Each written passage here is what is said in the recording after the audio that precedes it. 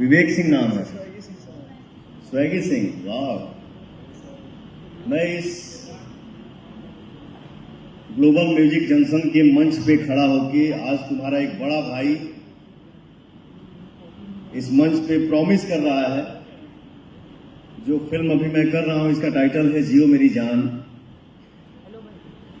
अगली फिल्म मई में या जून में, मई जून दोनों महीने में जो बेटर फिल्म होगी जिसमें तुम्हारा कैरेक्टर बढ़िया हो, उसमें तुम अपने भैया के साथ नजर आओगे। और मैंने पहले ही बोला, इंसान सिर्फ एक जरिया होता है। ऊपर वाले का आशीर्वाद चाहिए, माता पिता का आशीर्वाद चाहिए, और अपने मेहनत पर भरोसा रखिए, और कुछ नहीं बेटा। Love you.